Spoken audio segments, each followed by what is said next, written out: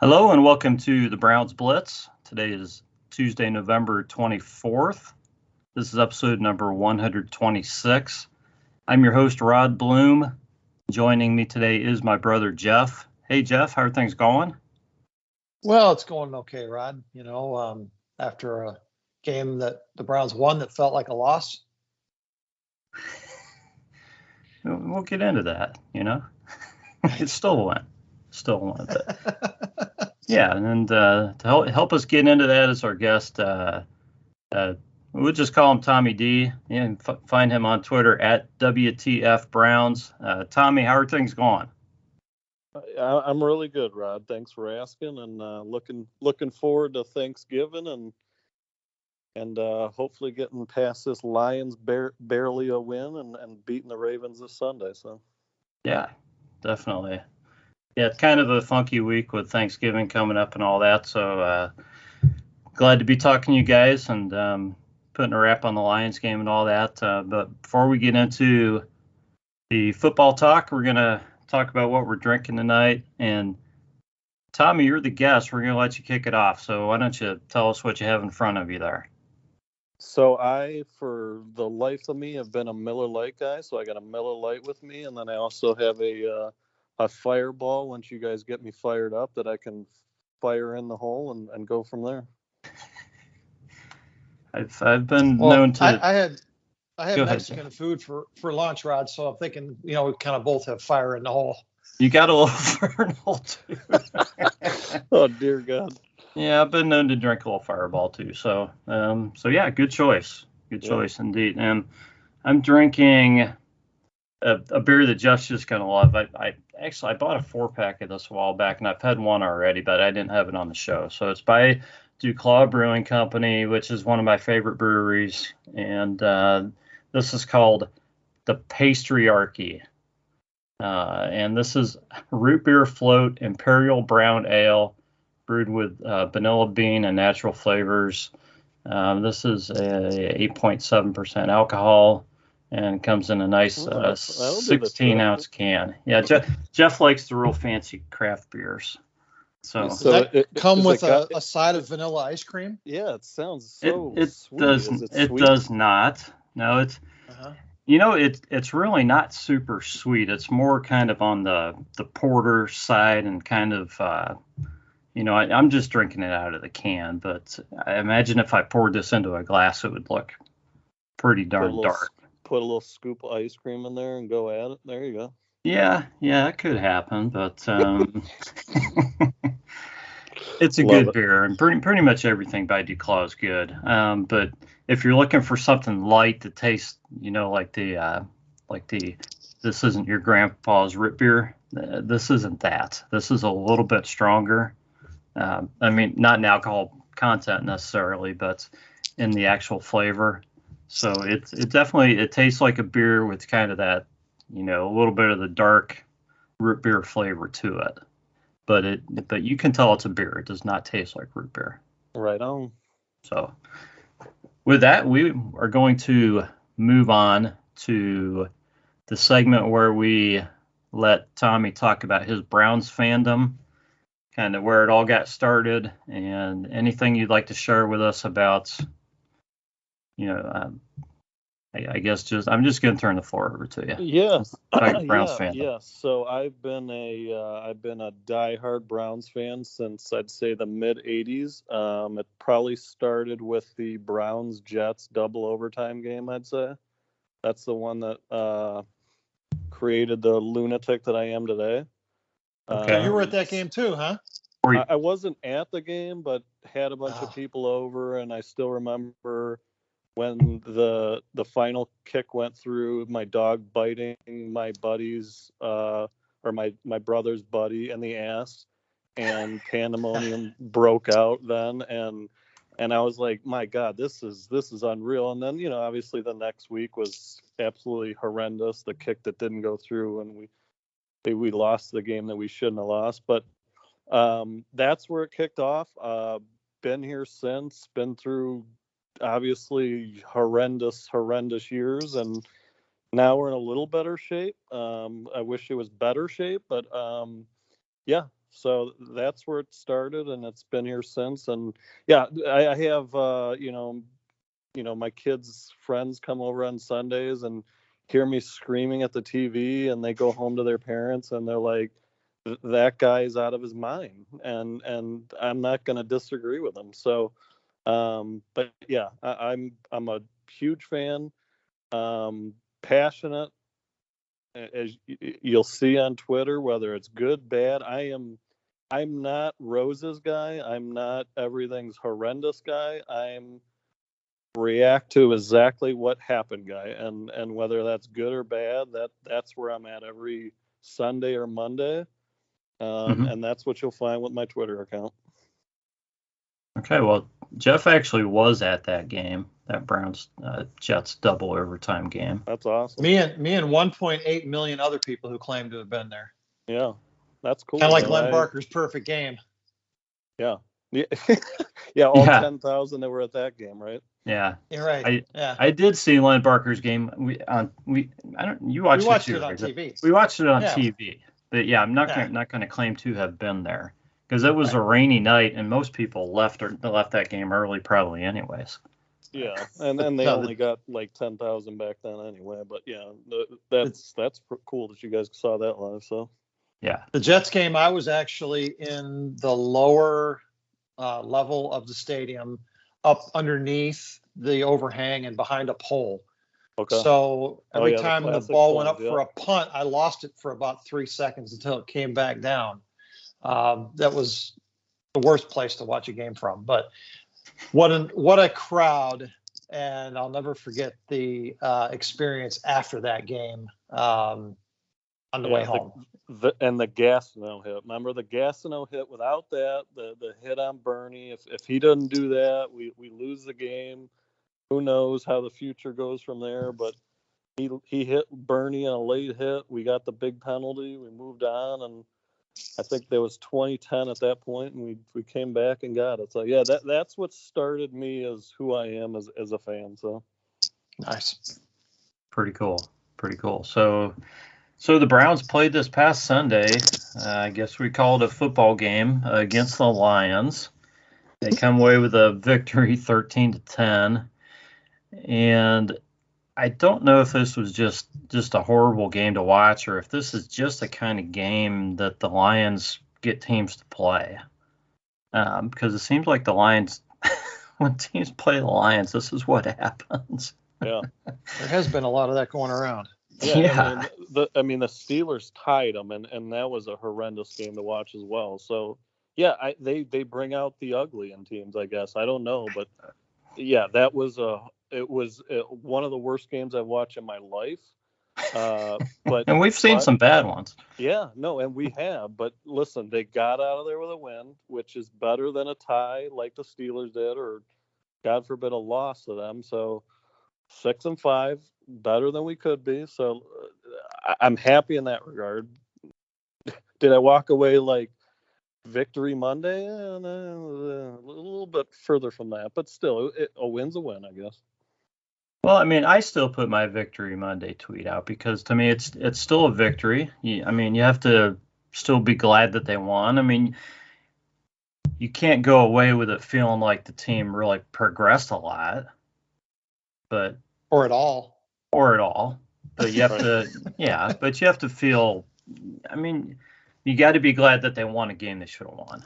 You know, that they didn't slip up there because correct. You know, that the trap game and all this stuff comes up, or would they be looking ahead? If I had to describe that game in a song, because I love music, I'm a huge music guy. That game was a bittersweet symphony. So it wasn't good, but listen, we got out of there with the win. Move on to the next week, and the next week is obviously beyond huge. So we'll see. Yeah, so Jeff, what were some of your takeaways from the game? Just an ugly game. Some of the problems that we've talked about all season long continue to happen with penalties. I texted you early in the game, Rod, that we started out with I don't remember what the penalties were. It was procedure penalty and a neutral zone infraction or something on the defense. So one on each side of the ball before we even got into the second possession. You just like to see them at least start out clean on that stuff. When it happens early, it's the sense of foreboding that, God, are we going to see another game where they just continue to shoot themselves in the foot? And we pretty much did. I mean, that was the story of the game, was that both teams really kind of shot themselves in the foot. You would expect it from Detroit. At this point, the Browns, I don't know. I mean, who knows what to expect from week to week? We've talked about them being team 180. Well, they didn't 180 this week. They won, but they looked almost as bad as they have in those down weeks. So yeah, it's hard to really build a lot from this.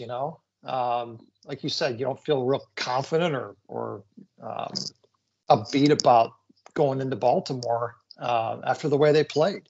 You can take some nuggets here and there, but man, just really tough to find anything positive. And to your point, right out of the gate, and I want to speak to this guy quite a bit later, and I will, Rob, but right out of the gate, Baker throws just an absolutely horrendous interception. I mean, he overthrew the wide receiver Landry by 10, 15 yards, and the Lions have the ball, and it's like right away you're like, what are we doing? We should be jumping on this team, and instead we're handing the ball to them for them to drive the other way. So, I don't know what's going on with him. Again, I want to speak more to that, but the start that we got off to is just, you want to jump on a team that has no wins, right? You want to jump on them, kill them early, get them out of the game, and instead you're 5-5 and you let them in at the entire game. Like, they were there at the end, and that's not what you do to a winless team. Again, we won. I get it. Get out of there, win the game, but you got to kill those type of teams early.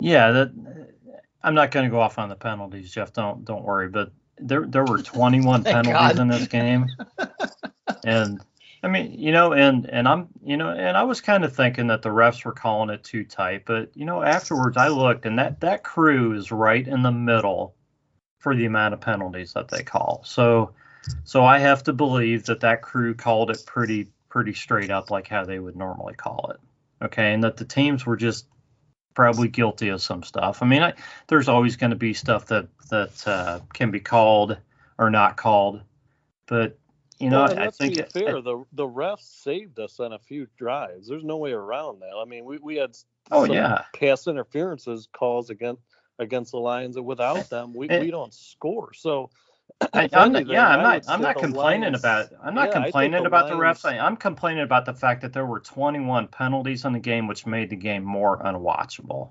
Yeah, no, that's pretty much it. That's what you get from two really bad organizations. Teams that are undisciplined, teams that make a lot of mental errors. You're going to have a giant cluster of misplays, and what's the ref? What are the officials going to do? Just let these horrible teams play? I mean, come on. But to your point, it's a function of how bad these guys are. But to your point, Rod, it makes a game unwatchable where you have that many penalties. Like, when you see a clean game and it's 13-10, that's a different game than when you watch penalty after penalty on both sides, bullshit calls, whatever you want to call them. Like, it gets rough to watch. So that, you're right, that made the game that much more unwatchable. Yeah, and that was my main complaint. And were the refs calling it too tight? And, could we have gotten away with, calling 15 penalties in that game and just gotten it over with a little bit quicker? Yeah, I'm not complaining about the treatment the Browns got, not at all. It's just it gets to be where there's just a limit to how many penalties you can take when you're watching a game. It's like, are you kidding me? They would call a penalty sometimes like 5 plays in a row, and I understand that it's on the players and the teams, but it just made it kind of unwatchable. And I would say that that's any game, right? I mean, I hate watching games where the refs take over. Yeah, that is not why I watch football. I don't want, and I'm so tired of these players every God-blessed play asking for flags where it's a quarterback or the wide receiver or the cornerback, whoever. Oh, they want one every play. Every play they're asking for a flag, and I'm like, that's not why we watch football. I want to see a guy make a play on another guy. I don't want to see the refs involved. But you're right. It's become a huge part of the game, and it's too much. Yeah, so I think coming in, I think the Browns knew that the Detroit secondary was going to play tight.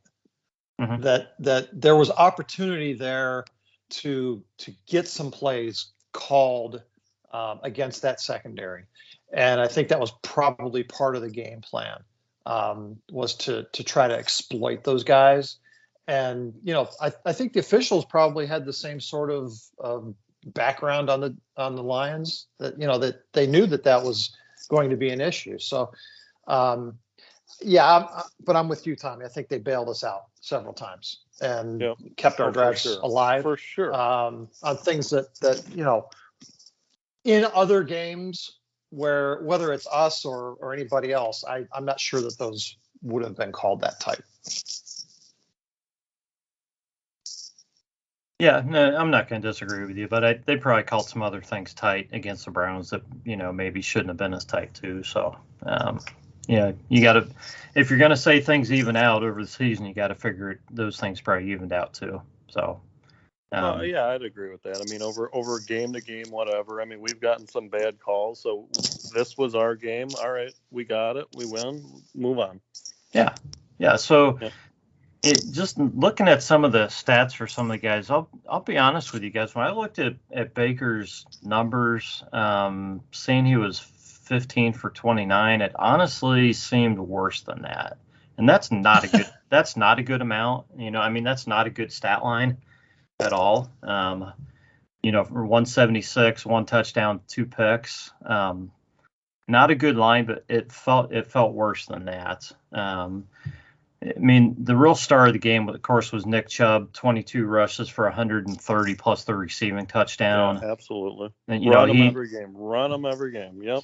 Yeah, you can't run him too much. The Browns are never going to. We're going to get Hunt back this week, so that'll lighten the load a little bit. I don't know why when Hunt's and again, I hate to be the guy who always questions the head coach and everything, but I don't know why Nick Chubb's not getting closer to 30 carries a game when he's the main guy. And I understand this week maybe there was a reason, because he's coming back from from being on the COVID list. Maybe 22 is about enough for him. But I think Nick Chubb's a guy who could handle 30 carries a week. Or in a game, not every game when you have Kareem Hunt, but he could handle 30 carries a game without being too concerned. Yeah, I do think when Hunt's not there, they're giving those other backups too many carries. I like Johnson, I like those other guys, but Chubb is a difference maker. To your point, when you don't have Hunt, Chubb should be getting the ball 30 times, especially in a game like that. So. Yeah, I he gets better the more he gets it too. Yes, he wears the guys down. Correct. He wears you down by the fourth quarter. There's no way you can stop him, and so I don't. And this is one of my beefs with this team. Believe it or not, Stefanski's play calling is not as good as people want to make it out to be. He comes off where we should be. Like, he should be running Chubb and Hunt and these guys more, and off Baker less, and so I don't know. That's one of my issues with this team, is I don't know about the play calling. Which, if I told you that at the beginning of the year, I wouldn't have believed that I would have said that, because I thought he was unreal last year. But I really don't think the play calling's been very good this year. Well, you're playing the Detroit Lions, and the Browns never trailed in this game, and Baker threw the ball 29 times. And Nick Chubb ran it 22 times. Now, I know the other guy, I don't have the other guy's stats in front of me, but so the Browns probably rushed as many times as they passed.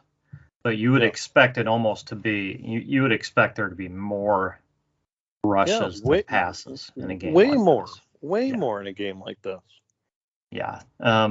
I mean, the other star of the game was, I mean, there were other guys, but Jarvis, 4 catches for 53 yards. But let's talk about that Wildcat formation where Jarvis ran for that touchdown. And what'd you guys think of that? I thank God for his improvisation to just go with it and take it right up the middle. Because if he would have thrown it to Baker probably would have got blown up.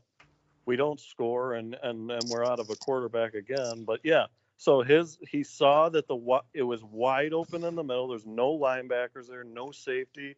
He took it and he scored. That's a fantastic vision by him.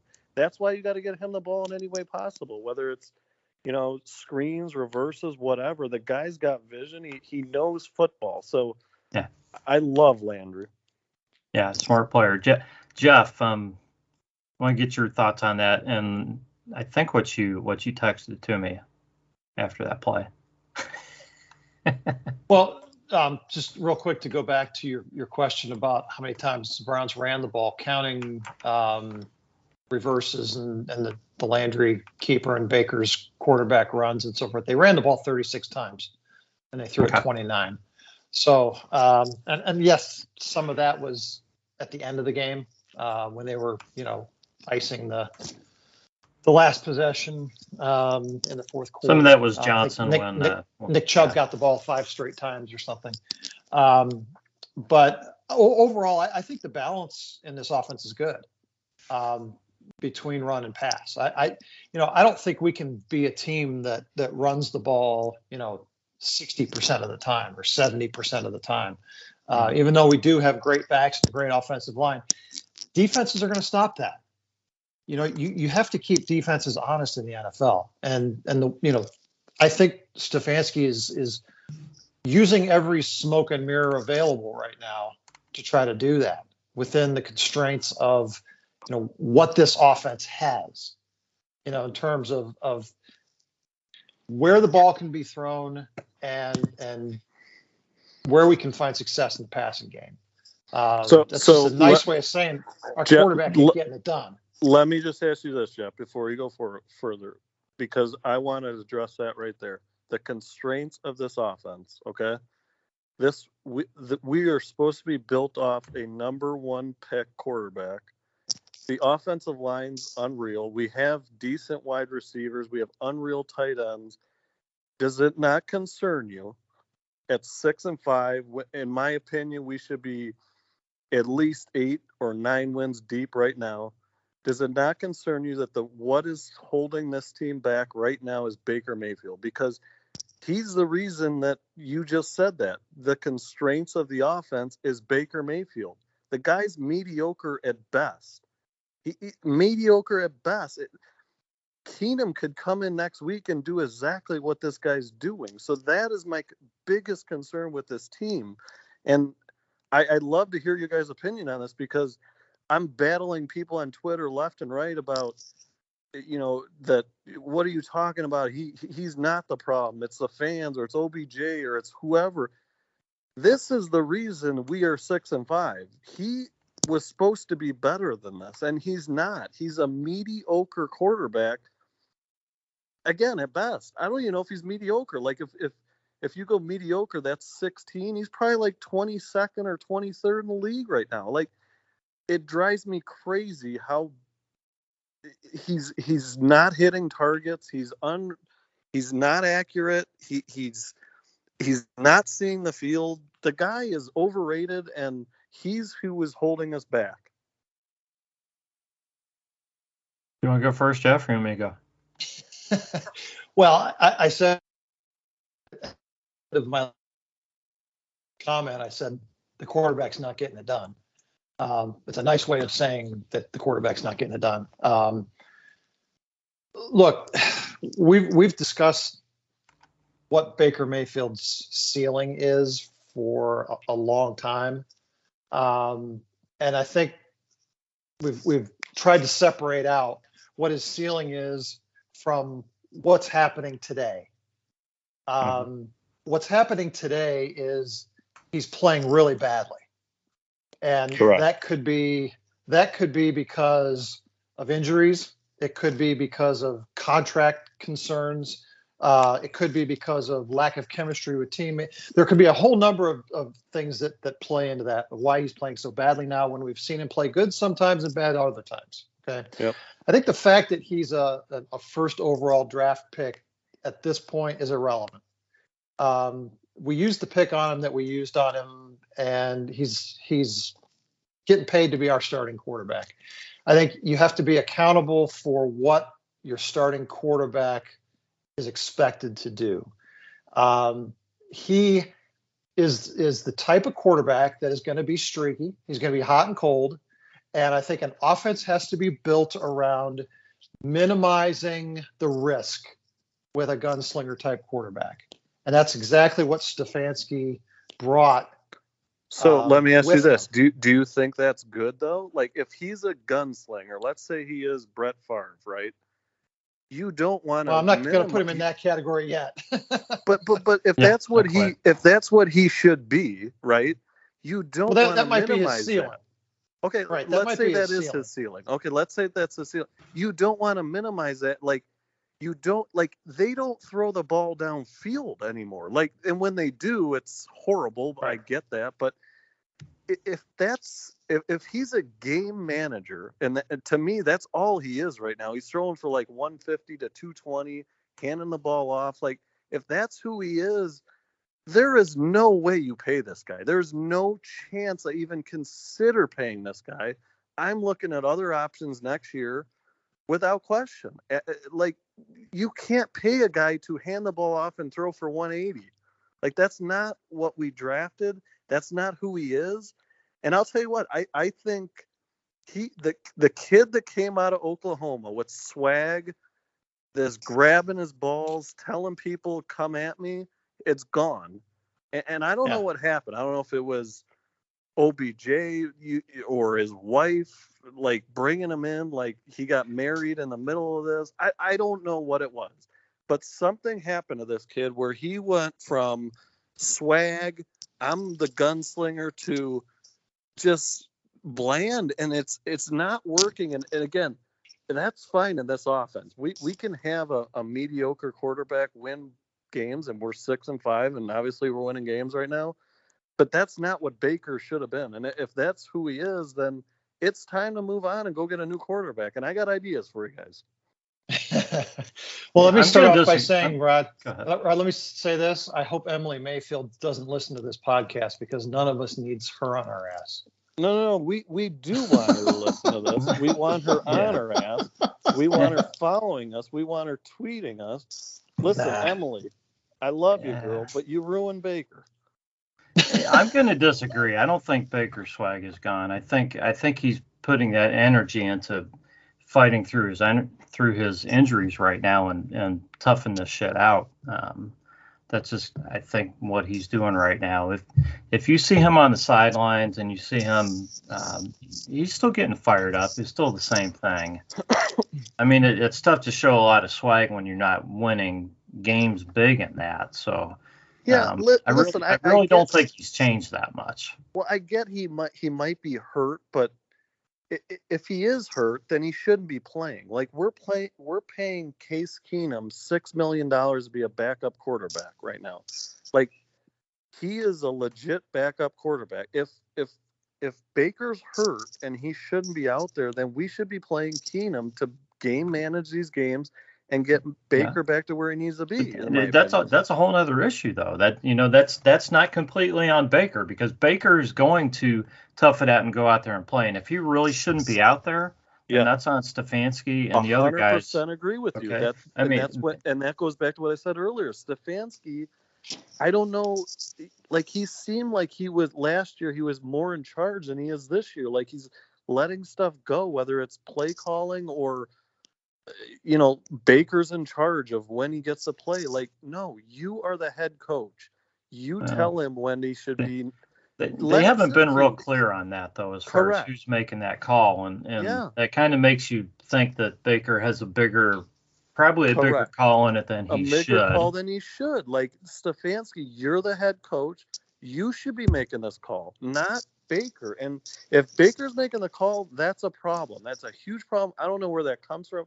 Does that come all the way from Haslam or Barry, or is that just Stefanski? I don't really know, but that's a problem. So, let me just throw this out there, Rod. The idea that Baker shouldn't play because he's hurt. I think every individual has their levels of pain tolerance and what they can play through. Once the medical staff clears you and they say, you can't hurt yourself worse, or at least by playing, and you're given medical clearance to play, okay, then it becomes, what is the player capable of playing through? And I'll give you another example. J.C. Treader does very little practicing during the week because he has a plethora of injuries that are just sort of chronic things that he deals with, and he needs those days to recover. He's an older player. He's been bumped around for a number of years, and he's entitled to that, right? But we still run him out there every Sunday because he's our best center. We don't say, JC, go sit down for 2 weeks and get healthy. Okay. I think you can make a case for case. See what I did there? Nice. From week to week. It was the same word twice. I like that. Wasn't that cool? Yeah, that was good, Jeff. So, like what Arizona has done with Colt McCoy, because Kyler Murray really isn't healthy enough to play. They use their backup quarterback. He's done an admirable job. They have a system around him that, he can thrive in. I think we have a similar scenario with Keenum that, we saw in the Denver game, that he can come in and he can, be effective in our offense with all the other tools that are around him. He could probably do exactly what Baker's doing, right? I mean, well, let's hope not. I hope he wouldn't throw 2 interceptions. Well, okay, but beyond that, I mean, his job is to be a game manager. If you want to talk about game managers, that's his job. What is Baker? Isn't Baker there? Baker right now is an underachieving quarterback. I would call him a game manager. I don't care what the semantics are, but the reality is that he's not playing at the level that he's supposed to play at. Correct. But if you said describe him in 2 words, my 2 words would be game manager. That's all. That's fair. That's all he is. That's fair. And I think he's the same guy who played really well against the Bengals. I mean, obviously the offense didn't have to do a lot in that game. He threw the ball well. He threw for 218 though. Like, it wasn't anything. It's not about the yards though. It's not always just about the yards. It's about how the ball looks. It's about how he's performing. Yards don't mean anything. Like I said on the last podcast, Baker's thrown for 300 yards twice this season, and we've lost both games. Yeah. So it's not just about throwing for a bunch of yards. It's situational. No, I agree. It's when you need it. I agree with that. Yeah, so, and I'm not saying that to say that he should be playing. I'm saying that Baker did well against Cincinnati. Now he's thrown up pretty much 2 clunkers in a row. Okay, I think the question facing Stefanski or whoever's making this decision about who's playing isn't, does Baker feel well enough to play? It's what are we going to get out of Baker this week with him playing hurt, because Baker will play hurt even if he can't move his freaking arm. He is going to go out there. Correct. He's going to say, "Coach, I'm fine. I can play." If it's up to him, he's playing, and I don't know that that's the right decision. Right. So because here's the problem: when he throws, I don't know if you guys saw the video, but when he throws, listen, I know it's his left shoulder, not his right, but when he throws because of this ailment, he does not spread his legs out long enough where you get the leverage to get the ball deep. So, like, say a 30-yard pass, he's not going to be able to get it 30 yards because he can't spread his body enough to do it. It didn't affect that throw to DPJ against Cincinnati, did it? It was a perfect throw. Now, he might not be able to do that every time. Yeah, again, maybe he can do it here and there, but I'm just saying it seems to be affecting him. And here's the thing, Rod. I hope it's injuries. I hope it's injuries. If this is not injuries, then God bless, we really are in trouble. Yeah, but what I'm saying is it's the coaches are deciding, not whether Baker's well enough to play. It's whether it's what they think they can get out of Baker any given week compared to what they think they can get out of Case Keenum. That's really their decision, because Baker's always going to be ready to play. And that's the decision they should be making. Not just asking Baker, do you feel good enough to play? And that's the end of the conversation. So I told you earlier I like music. What I think Case Keenum could be for at least a few weeks is a bridge over troubled waters. Okay? He's going to get you a few weeks, get us a win this week, get us the bye, get Baker 2 weeks off, get us back to that Ravens game. Imagine you go into 6-5. You're going into that Ravens game up, 6-5. He's got a couple weeks, and now you got a little bit healthier Baker with a healthy Chubb, a healthy Hunt. Tell me that doesn't sound a little bit like. That's where I would go with it.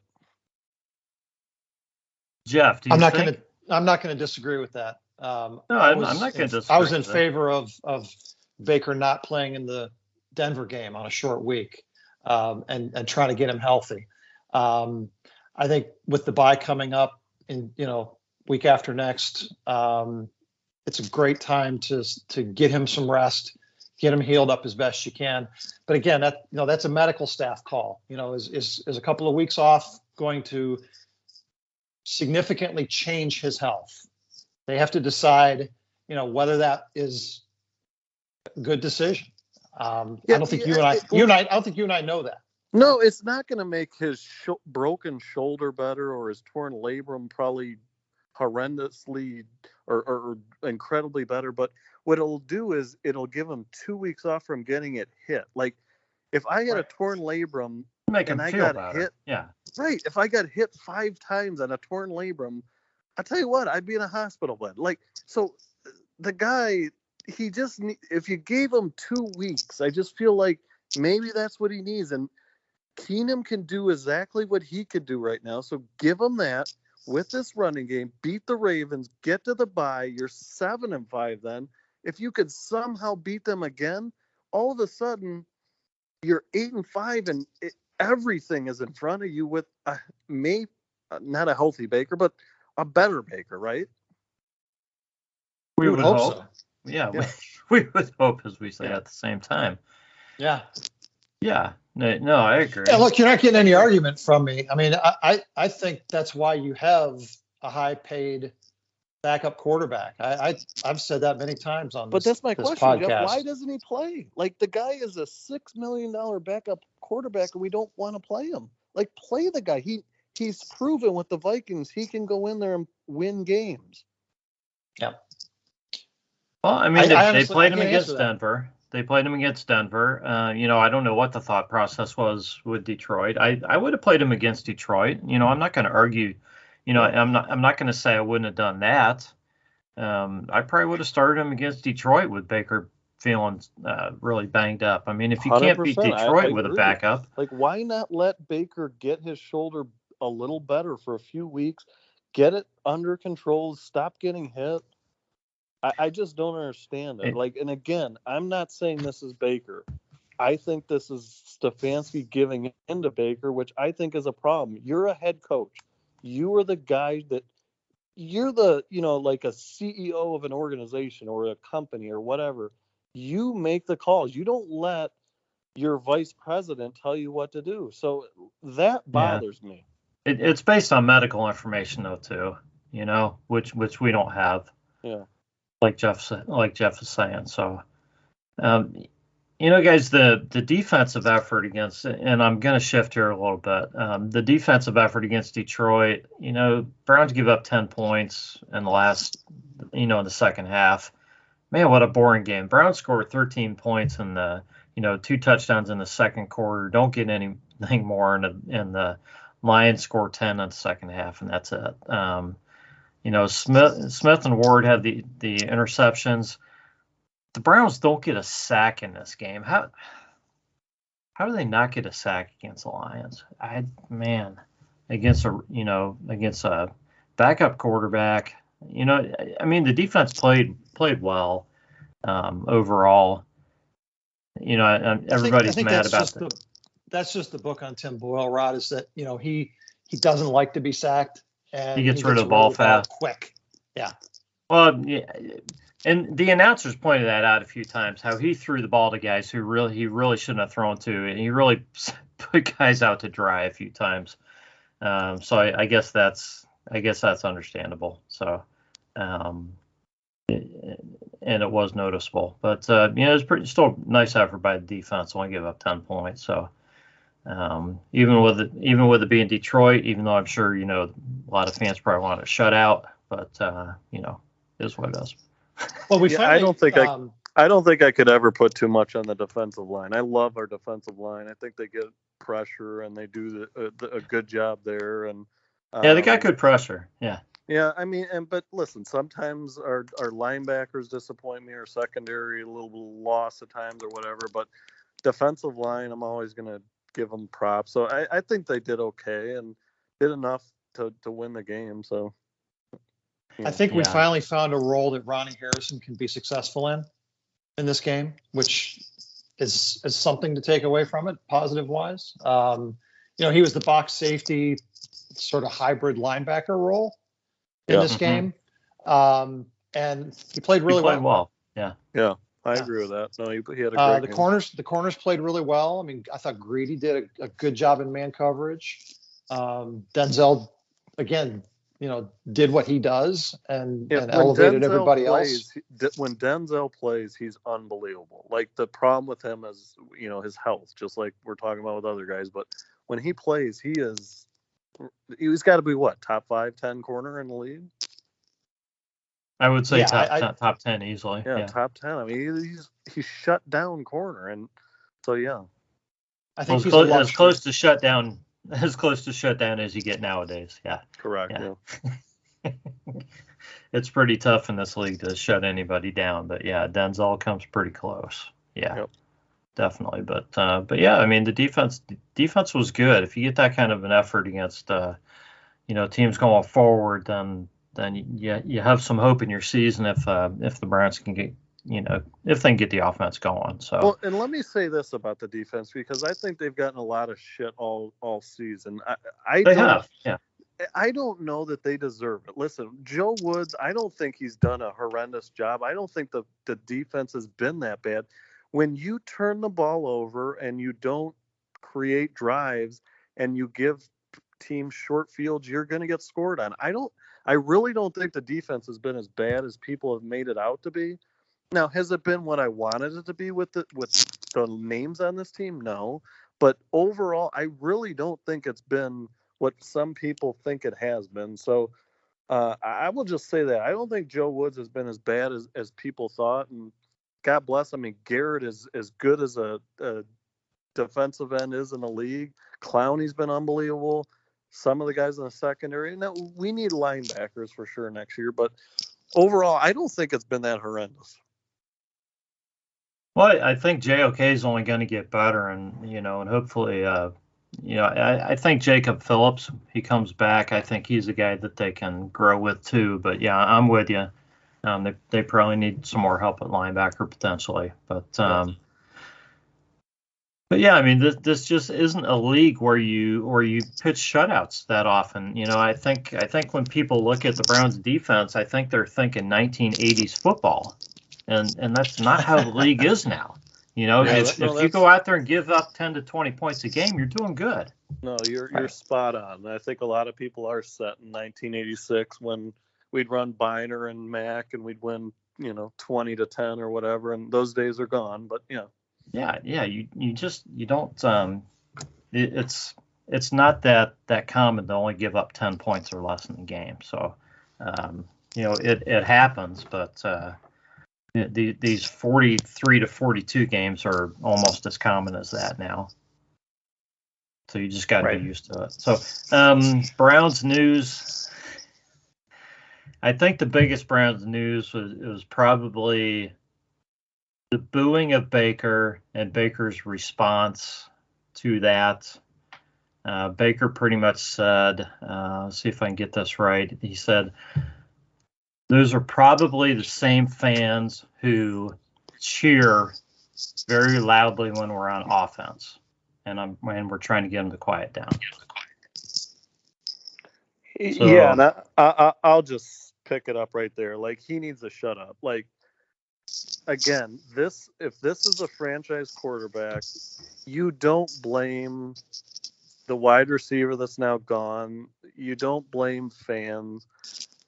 You make plays, and listen, there are going to be dumb fans that do that at games or whatever, but I don't want to hear it from him. Like, you're supposed to be the franchise quarterback of this organization. Well, he said it didn't bother him because of that. So well, I know he said it didn't bother him, but it obviously did, because he ran off the field like a baby, and he had his wife tweeting about it. Like, so it is bothering him. Like, he can say it doesn't. It bothers him. Like, he's going and crying about it. So I don't want him doing that stuff. Like, that's what we don't need out of our franchise quarterback. So you guys can disagree with it if you want. I'm just going to say this. There are not other teams in this league or in this division where if their team is leading in a game, that the fans are booing their offense or their quarterback. It just doesn't happen, and it shouldn't happen. And I'm just going to leave it at that. I'll let you give your opinion, Jeff. I don't care what Baker said. It doesn't make that much difference to me. Yeah, I mean, fans are going to fan. You know, they're going to do what they want to do. Yeah, I'll just say maybe we're the most passionate of the fans. I don't know, like, whether that's good or bad or dumb or stupid, whatever. Like, all right. I've talked to fans on Twitter and other fans, and the thing is, it's not always just the passionate Browns fans at the games. It's people that get tickets through the brokers and everything that don't go to games that often. Yeah. So a lot of these people don't know how to be fans of the game. They don't know when to cheer. They don't know that you're supposed to get loud when your defense is out there and be quiet when your offense is out there. They don't know that you don't boo your team when your team's winning. I mean, I'm not going to sit here and blame all Browns fans, because I think we have some smart fans. Yeah, and I will also say this is going to be a weird statement for you, Rod and Jeff, but this just listen. There were a lot of Lions fans at that game. Like, there were a lot of Lions fans up in that, like, close section that were making noise. Like, I saw a video. So I don't think it was just Browns fans, but listen, okay. Jeff, you know, he made the comment. Fine, move on. It was whether you agree or disagree with his comment, just we got to move on from that, because if we sit on comments like that from him, we're done. So no, we don't need to make that big of a deal out of it. I agree. And I don't think Baker was making a big deal out of it. No, I don't either. I think he was kind of brushing it off, saying he didn't care. I completely agree. And I think people made a bigger deal than it really he was kind of saying those are the fans that aren't real. Correct. Just like you were just saying. Real passionate fans. Yeah. So I agree with him, and that's fine. Move on. Like, most games won't have that. Let's just move forward. So. Yeah. So Browns have. I tell you guys what, the Browns, with all of the injuries, aside from Baker, man, it's looking like they could be pretty healthy this coming week. We're going to get Hunt back. We're going to get offensive line back. I mean, Hunt and Conklin's supposed to be practicing. Again, Landry and DPJ again. So this is the game. We've got to get this. So. Whether that's, and it's not going to be Keenum. I've already said it 9 times, but it won't be Keenum playing. But It's fine. If it's Baker, we've got to get this win. If you get to 7-5 and get to the bye, everything is in front of you. You could get another win against the Ravens, get to 8, and then there's no way you don't get to 10 or 11 then and make the playoffs and go. So this week, in my opinion, is probably the season. If you lose, I think they're in trouble. Mm-hmm. Home game, Sunday night, like, what? Let me ask you guys this. What do you guys think? Are we going to win or lose? I think we're going to win because Jeff and I are going to be at the game, and Jeff and I are undefeated when we go to games together. You guys are undefeated? Yeah. What's your record? 2-0. Okay. Well, it's better than 1-0. But hey, listen, that's awesome. So I that's cool. Yeah. That's good. That's good news. So we should win. So awesome. We'll see. I mean, we're not going to issue any guarantees or anything, but we can hope. We can hope for a win. Let me ask you this: at the beginning of the season, when you looked out, through 17 weeks at all the different games on the schedule, and you saw Baltimore in Baltimore on November 28th. What category did you put that game in? Win or loss? Loss. Who are you asking me? Either one of you. Oh yeah. Oh, I put it in a loss, and that was when I was picking, I think, 13-4 for their record. Right. Or 14-3 or something like that. I would say a loss too, but here's where I think we could win. If we're running the ball well and we can play defense like we know we can, I think we could beat any team in the NFL if we could play like that. Does that make sense? When you run sub and hunt and you play D like we can, you could beat any team. But we haven't done it. And what drives me crazy, I think, is a lot of Stefanski, and maybe it's some of Mayfield too, but we could definitely beat them. But yeah, if nothing else, go ahead. Here's my point with that, though. Okay, my point with that is when you look at a game and you say, "This is our season." We're living and dying this week. Okay. Well, it's been each of the past 3 weeks for one thing. But it's a game that at the beginning of the season, when you were saying we were going to go 13-4, and this is a game that you thought was going to be one of those 4 losses. Yeah. Okay. And now we're saying, oh God, we've got to win this one to save our season. Okay. Isn't that a little bit unrealistic? My point is, we know that 9 or 10 wins. Jeff, let me stop you there. Hold on a second. No, hold on a second. All right, go on. We know that 9 or 10 wins is what it's going to take to get into the playoffs this year. Is it? So that's what my question is going to be. What is the number? Do you think the AFC is wide open. 11? The AFC is wide open this year. Yeah, absolutely. So you think it's 9, 10, or 11?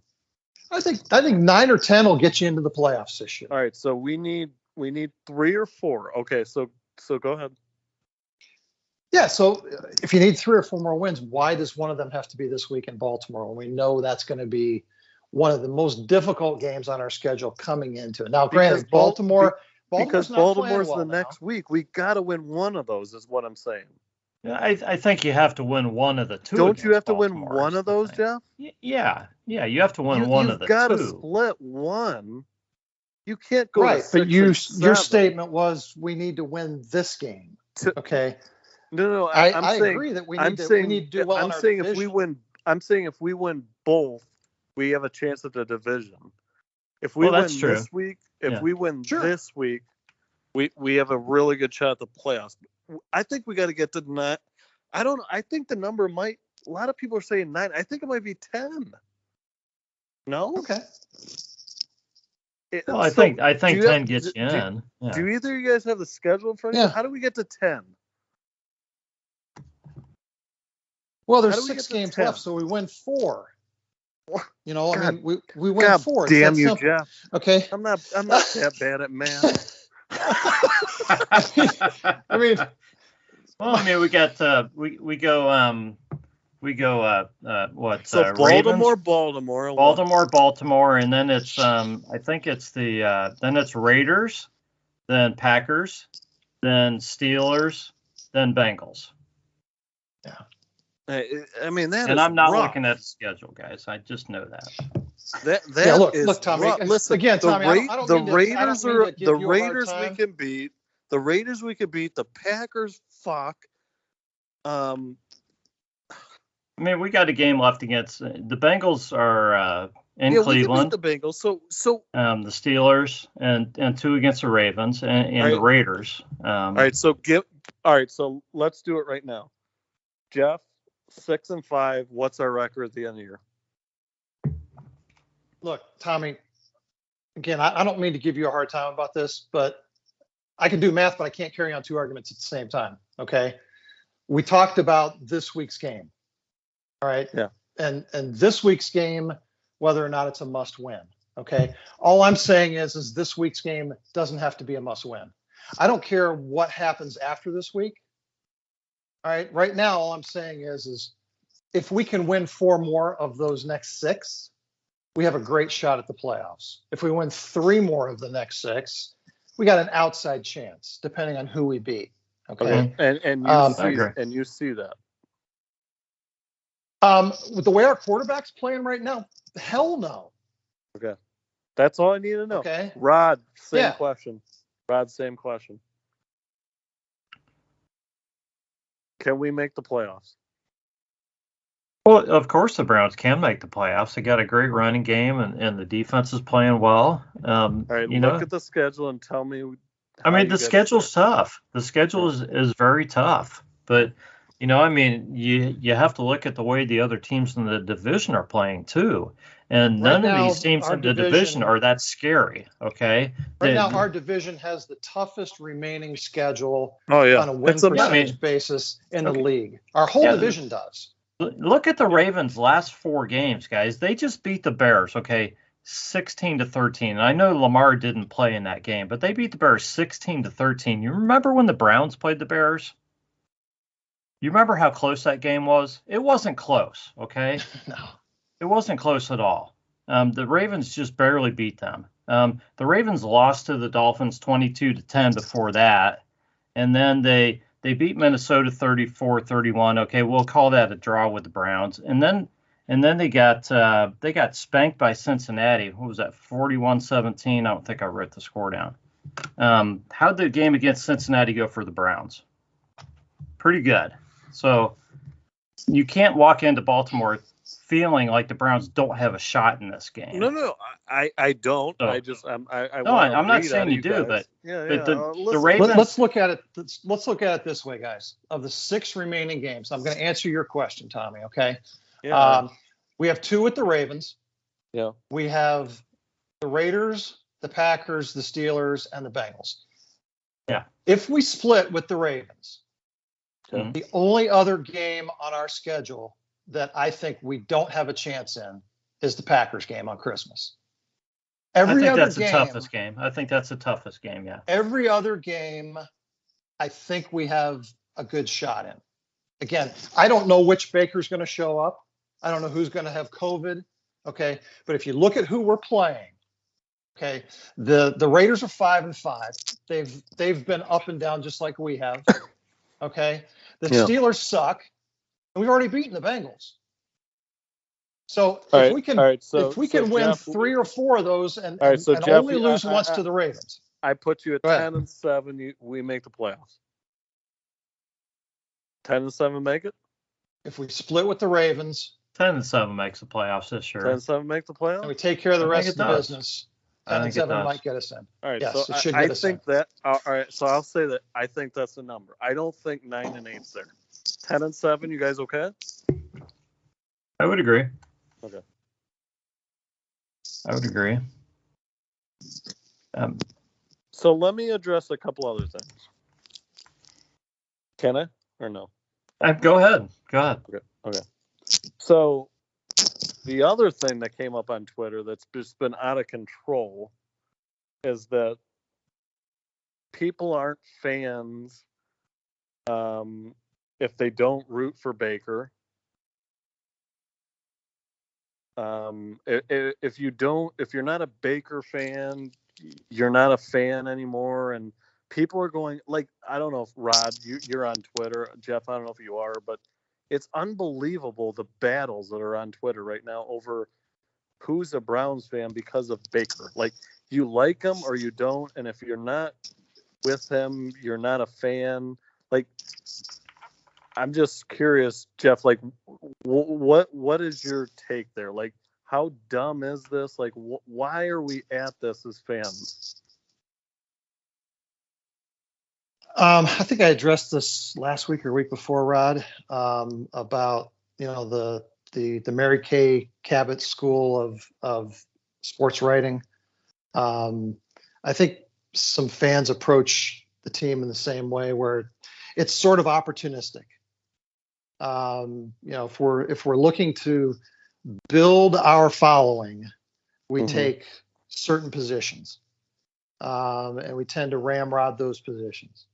And the whole idea of being objective about the team and about players really doesn't matter anymore.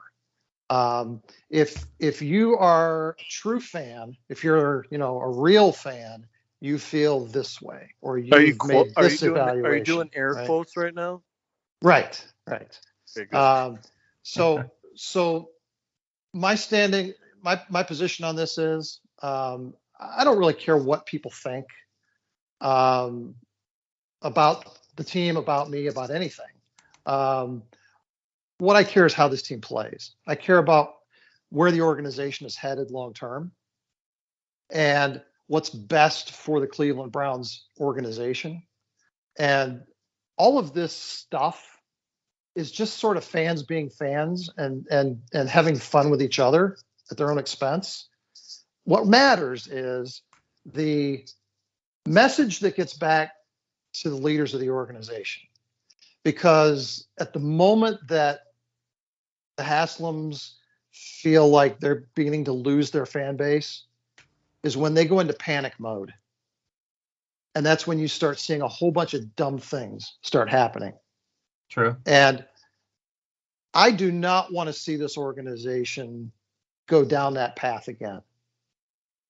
I want to see this organization get through this season with whatever success we're going to have and build on that going forward. To me, the worst possible thing that can happen right now is that the Haslams lose faith in the coaching staff and or the front office, and we start another rebuild because our quarterback's hurt or because we've had all kinds of issues this year, whatever they may be, and our record didn't measure up to what the fan base thought it should have been. Yeah. Jeff, that was fantastic. God bless you. Rod, give me something similar. Well, something similar. I'm not gonna copy off of Jeff. No, I'm just saying, like, I'm so tired of the fan base that, like, you know what I'm saying? Like, it's unbelievable what we see, and I just feel like we're all kind of on the same page here, the three of us, saying what we want and what we're after, and like, I'm not. Yeah, people get so hung up on people telling other people how to be fans and everything, but for me, Baker is the Browns' starting quarterback right now.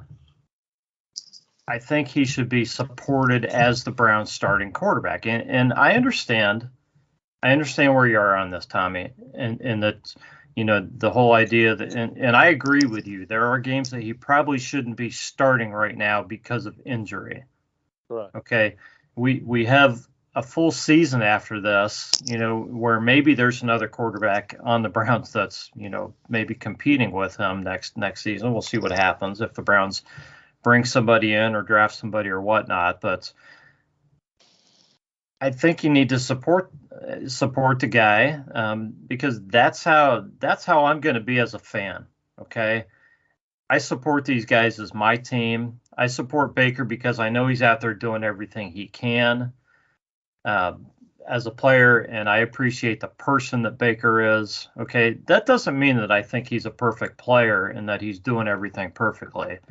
Sure. But this is not a time to be booing him or saying that the Browns need to get rid of him or anything else like this, because it's just that's not going to happen. Okay, Baker's signed through next season, so he's going to be here.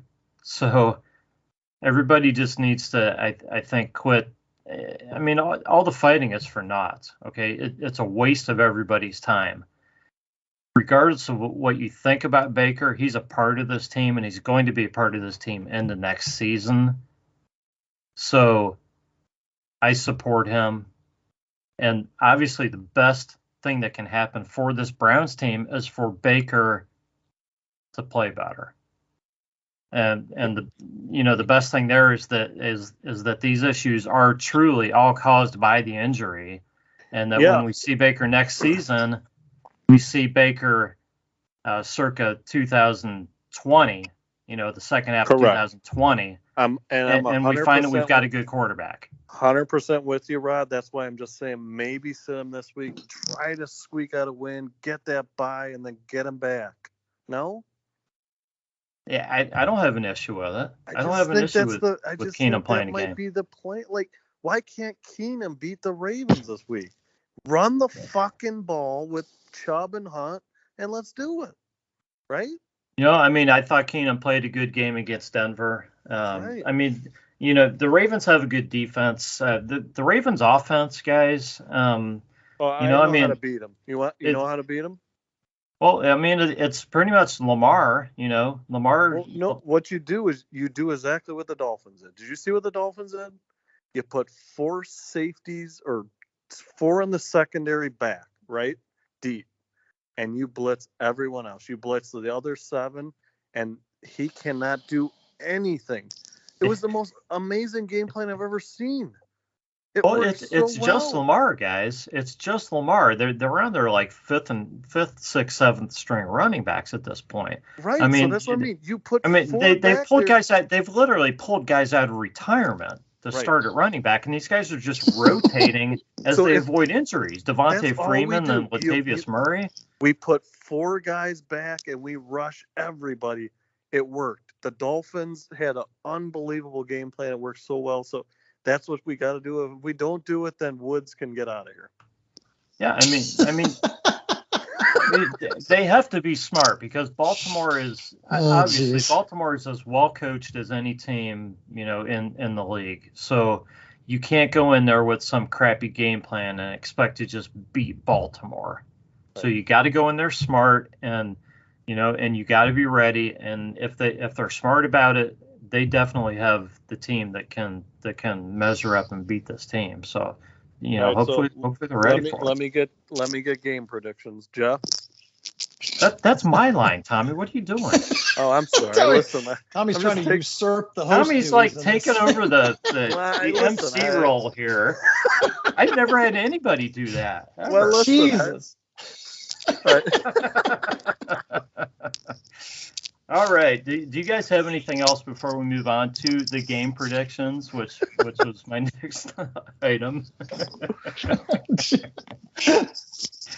No, no. I think we're good. We've been going for a while, so I've got mine written down. So Tommy asks, so Jeff, let's let you go first on this. Your game prediction for the game that we will be at Sunday evening, freezing you guys are what, 2-0 together, you said? We're 2-0, and it goes back quite a ways. Okay. And we're actually 2-0 with 2 overtime wins, by the way. Wow. So we might be all right, then my prediction's probably OT. All right, good. All right. So the line we didn't mention, I think, is 3.5. Round getting through. You went out a little bit. Well, give us that line again, Jeff. I think it's 3.5. The Browns are getting 3.5. Okay. Do you know the over/under? And I believe the over/under is 46 on this. That's a little high.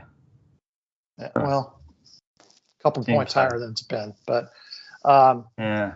So, I'm going to keep giving you this prediction until it's right. It might take all season. It might take several seasons, but we have not yet been in a game that came down to a final possession field goal. And I mean, we've had games that have involved every other scenario, but we've got to come up with a game where we win on a McLaughlin field goal. So my prediction this week is going to be 26-23 Browns. I'm going to pick the Browns, even though, my head tells me that this isn't one of those games we thought we were going to win, because of what you just said, Rod, that we are unbeaten when we're in attendance.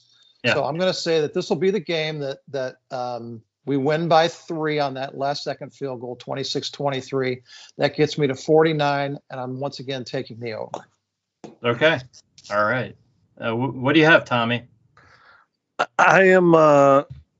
You guys have convinced me that we're probably going to win and maybe in overtime. So I'm going 20-17 Browns in overtime. Oh my gosh, that's the score I had written down. But well, I'm gonna go with it. I'm gonna keep it at 2017, but I'm gonna say it's gonna be on a field goal by Chase McLaughlin, but it's not gonna be in overtime. So I'll give you the overtime, and I'll stick with regulation. Okay. Yeah, there you go. Listen, I wrote down the 2017 we can both before. Be right. There's nothing wrong with these both being right. Yeah, I just didn't want to sound like I was copying off you, even though I wrote my score down like 5 minutes ago.